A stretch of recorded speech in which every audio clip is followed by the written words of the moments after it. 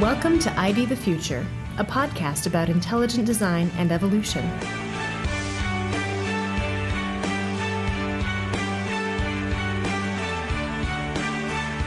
Greetings and welcome to the ID the Future podcast. I'm Luskin, broadcasting from Discovery Institute Center for Science and Culture in Seattle, Washington. This podcast will give a response to the recent YouTube challenge to the Discovery Institute, and I've titled this response, "Does any critic out there understand intelligent design?" Any critic making the inaccurate claim that Stephen Meyer is the, quote, president of the Discovery Institute, unquote, is bound to be fairly uninformed about both intelligent design and the Discovery Institute. Thus, when I recently viewed a YouTube video making this very mistake while allegedly, quote, challenging the Discovery Institute to discover, unquote, I first thought, why should I accept a challenge from someone who can't even correctly discover the identity of our organization's president? Regardless, this video that recently appeared on YouTube was enlightening, but not in the way that its authors intended. Rather than posing any difficult challenge for ID, the video unwittingly exposes the unfortunate ignorance that apparently abounds regarding the nature of the theory of intelligent design and how we detect design and test for it in nature. In this regard, I view this response to the video as an opportunity, hopefully a teachable moment, for the 40,000 plus people who have apparently viewed the video on YouTube and the handful who have emailed us regarding it. That is, it's a teachable moment for those who are interested in learning. The basic problem with the video is that its challenge woefully misunderstands intelligent design and the logic by which we infer design. It claims that ID only claims that a gene is, quote, unambiguously designed, unquote, when we find that, quote, 1, no homology for other genes exists, or 2, no alternative or prior function exists, unquote. Each criterion makes an extremely poor test of ID, for design structures often appear in similar forms in different designs, and design structures can also have multiple functions. Let's examine these two contrived criteria in turn. Firstly, why must design structures be unique? Regarding this first criterion, the homology criterion, the video claims that homology is found with at least 20% sequence identity over at least 100 amino acids, which would have an odds of less than 1 in 10 to the 28th of happening by chance. There's actually much debate about what constitutes homology and what a non-arbitrary measure of homology should look like. For example, Teichmann and Vita, in their 2004 paper in Genetics, suggest that homology should not be inferred when there is less than a 60% sequence identity. If this is to be the measuring line, then many claims of protein homology, including the claims in this video, would be in jeopardy. But for the sake of argument, we'll take the video's definition of homology. The video's argument effectively says that a gene must lack any known homologue and thereby be completely unique, basically an orphan gene, in order for us to claim that it was designed. But why must this be so? The video's first criterion for detecting design seems eminently contrived and unreasonable as a test. As I explained in my recent primer on the Tree of Life, designers commonly reuse similar components in different designs because they are effective at performing a common function. As I wrote, quote, why not consider the possibility that biological similarity is instead the result of common design? After all, designers regularly reuse parts, programs, or components that work in different designs, such as using wheels on both cars and airplanes, or keyboards on both computers and cell phones, unquote. In this regard, we might actually expect to find similar proteins and genetic components among living organisms if life were designed. If there is no known homology for a given gene, then that would dictate that the gene is effectively an orphan gene. The existence of orphan genes poses a problem for evolution, for from whence would such an orphan gene come? But the non-existence of orphan genes does not pose a problem for ID. After all, many critics are quick to remind that evidence against evolution does not necessarily therefore constitute evidence for ID. ID, after all, requires a positive case for design. Thus, these ID critics are testing ID inappropriately by trying to affirm ID simply by challenging evolution. When it comes to predictions about biological similarity, both common design and common descent predict that it might exist. Thus, the presence of shared functionally similar sequences between different organisms does not make a good test of discriminating between design and descent. Even leading evolutionists like Francis Collins recognize this point. Collins writes in The Language of God that genetic similarity, quote, alone does not, of course, prove a common ancestor, unquote. And that's because a designer could have, quote, used successful design principles over and over again, unquote. Collins is right. To show how the video's argument fails by analogy, if one discovers two Buicks in a junkyard, one would not conclude that one car descended from the other. Rather, one would conclude that intelligent engineers modified plans from the first Buick to make the second. In the same way, the genetic similarity of two different proteins in itself is compatible with either common descent or common design. So rather than failing to make a case unambiguously for intelligent design, homology fails to make a case unambiguously for common descent.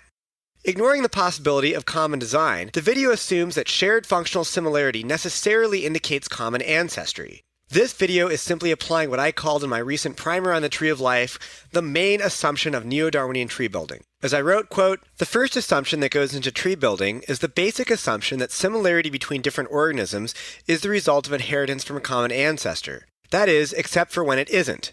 And then the similarity is purportedly said to be the result of convergent evolution, etc. But even if we take this claim at face value, that similarity between different organisms is the result of inheritance from a common ancestor, let's recognize it for what it is, a mere assumption. But are there other possibilities?" Unquote. As for those other possibilities, Michael Behe explains in both The Edge of Evolution and Darwin's Black Box that mere similarity is not enough to infer that a feature was produced by the neo-Darwinian mechanism of natural selection acting upon random mutations. As he states in Darwin's Black Box, quote, "Although useful for determining lines of descent, comparing sequences cannot show how a complex biochemical system achieved its function, the question that most concerns us in this book. By way of analogy, the instruction manuals for two different models of computer put out by the same company might have many identical words, sentences, and even paragraphs, suggesting a common ancestry. Perhaps the same author wrote both manuals. But comparing the sequences of letters in the instruction manuals will never tell us if a computer can be produced step by step starting from a typewriter. Like the sequence analysts, I believe the evidence strongly supports common descent, but the root question remains unanswered. What has caused complex systems to form?" Unquote. Or as Behe wrote in The Edge of Evolution, quote, "Modern Darwinists point to evidence of common descent and erroneously assume it to be evidence of the power of random mutation." Unquote. These critics in the video are thus mistaking sequence similarity as evidence for the neo-Darwinian mechanism of natural selection acting on random mutations. I would go even further than Behe and argue that when we consider the possibility of common design, functional similarity, i.e. sequence homology, does not even provide unambiguous evidence of common descent over common design. After all, to reiterate what Francis Collins admits, genetic similarity alone does not of course prove a common ancestor, because a designer could have used successful design principles over and over again. Now on to criterion number 2, repeating Ken Miller's errors. When you only read the arguments of critics, sometimes you begin to think that they have the monopoly on a subject. This must be the case for the YouTube video's creators, who mimic Ken Miller's strawman test for irreducible complexity by stating, quote, "We don't want some protein that is used lots of ways or it can't be part of an irreducibly complex system." Unquote. What? These guys must be learning about ID from Ken Miller and not from ID's proponents. Miller has made similar arguments like this many times, misrepresenting intelligent design, and I wrote a lengthy response to Miller on this point in 2006 in an article titled, "Do Car Engines Run on Lug Nuts?" in response to Ken Miller and Judge Jones' straw tests of irreducible complexity for the bacterial flagellum. To repeat Miller's assertion, he testified during the Dover trial that irreducible complexity is refuted if one subsystem can perform some other function in the cell. Miller stated, quote, "Dr. Behe's prediction is that the parts of any irreducibly complex system should have no useful function. Therefore, we ought to be able to take the bacterial flagellum, for example, break its parts down, and discover that none of the parts are good for anything except for when they're assembled in a flagellum." Unquote. The question becomes, how is Behe's argument for irreducible complexity different from that of Ken Miller's and this video? Behe actually formulates irreducible complexity as a test of building the entire system. Irreducible complexity operates on a collection of parts, not each individual part.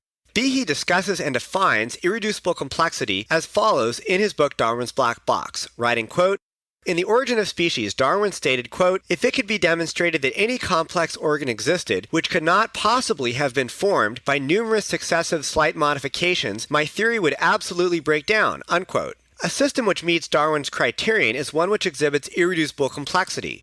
By irreducible complexity, I mean a single system composed of several well-matched interacting parts that contribute to the basic function, wherein the removal of any one of the parts causes the system to effectively cease functioning. Unquote.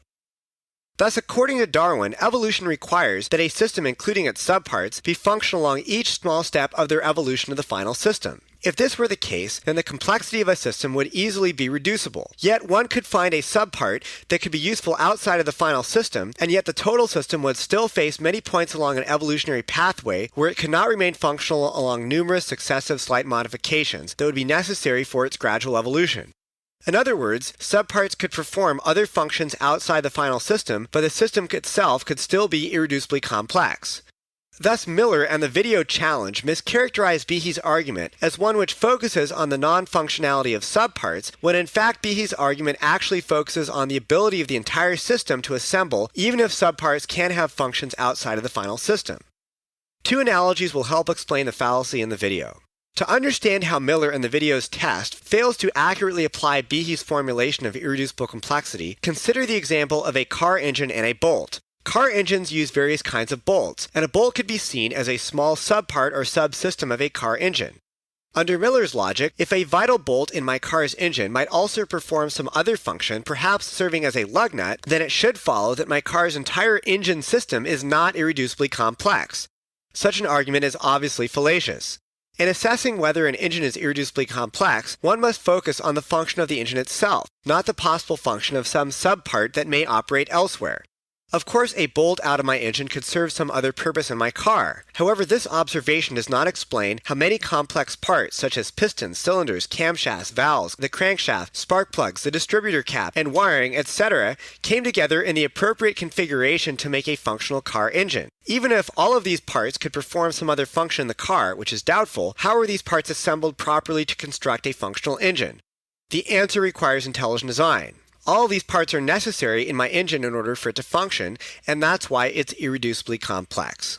Behe asserts that a system is irreducibly complex if the system stops functioning upon the removal of any one part.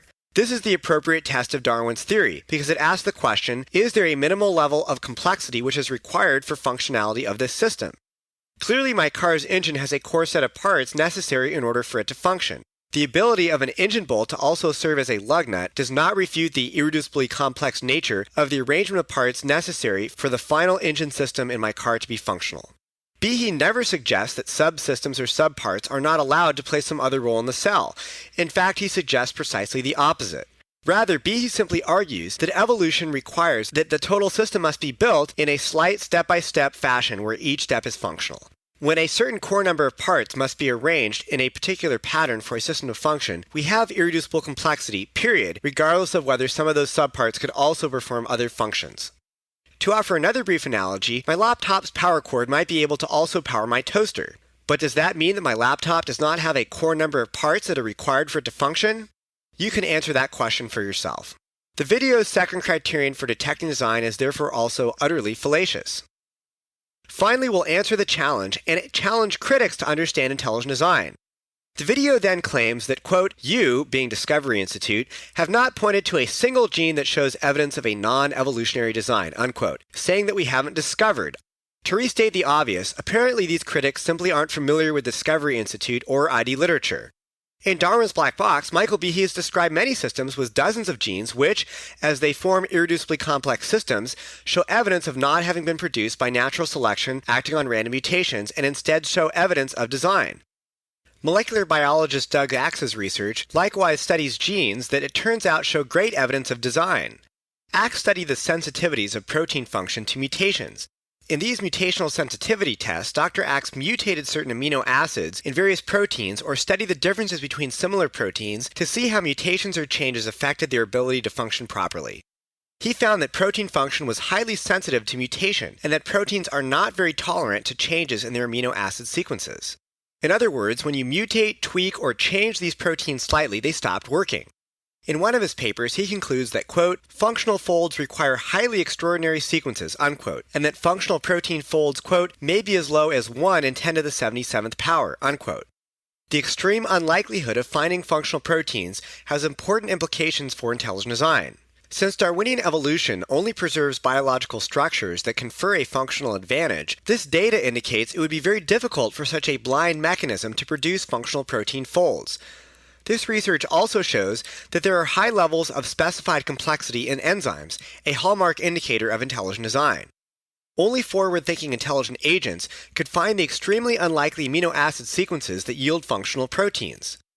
Axe himself has confirmed that this study adds to the evidence for intelligent design, stating, quote, "In the 2004 paper, I reported experimental data used to put a number on the rarity of sequences expected to form working enzymes. The figure reported is less than 1 in a trillion. Again, yes, this finding does seem to call into question the adequacy of chance, and that certainly adds to the case for intelligent design," unquote. If Axe's empirical studies are correct, then enzymes likely sit atop a virtual vertical peak of their fitness landscape, which are isolated in a sea of low-function or non-function possibilities within sequence space. In other words, there are extremely high levels of complex and specified information in proteins, informational sequences that would be highly unlikely to be found via blind trial and error processes of Darwinian evolution. This points to intelligent design. The video taunts Discovery Institute to name a specific gene that shows evidence of design. At the risk of dignifying this highly misinformed video, some of the enzymes empirically studied in Dr. Axe's work were those containing beta-lactamase domains in E. coli bacteria, such as the TEM1 penicillinase. So Discovery Institute and ID proponents most certainly have described genes that show evidence of a non-Darwinian and intelligent design. We've simply done it through a viable mode of detecting design, finding biological systems that contain high levels of specified complexity or irreducible complexity. This is the proper way we detect design and test for design, not inventing contrived criteria to claim that systems must be totally unique and perform only one function before they can be designed.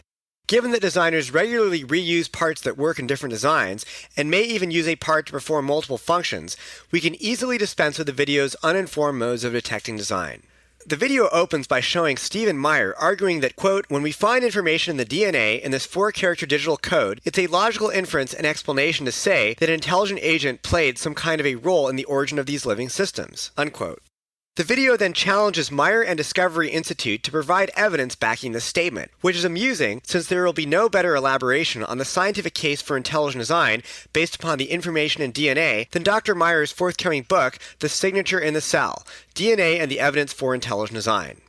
This book comes out next month, and therefore the right question which the book answers is, where does your information come from? Obviously, these videos' creators are not getting their information from proponents of intelligent design.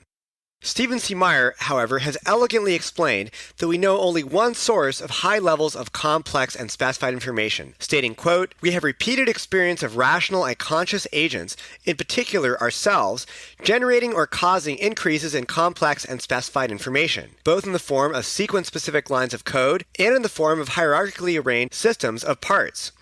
Our experience-based knowledge of information flow confirms that systems with large amounts of specified complexity, especially codes and languages, invariably originate from an intelligent source, from a mind or personal agent," unquote. For those critics willing to read it, Meyer's forthcoming book, Signature in the Cell, will more than answer the video's challenge.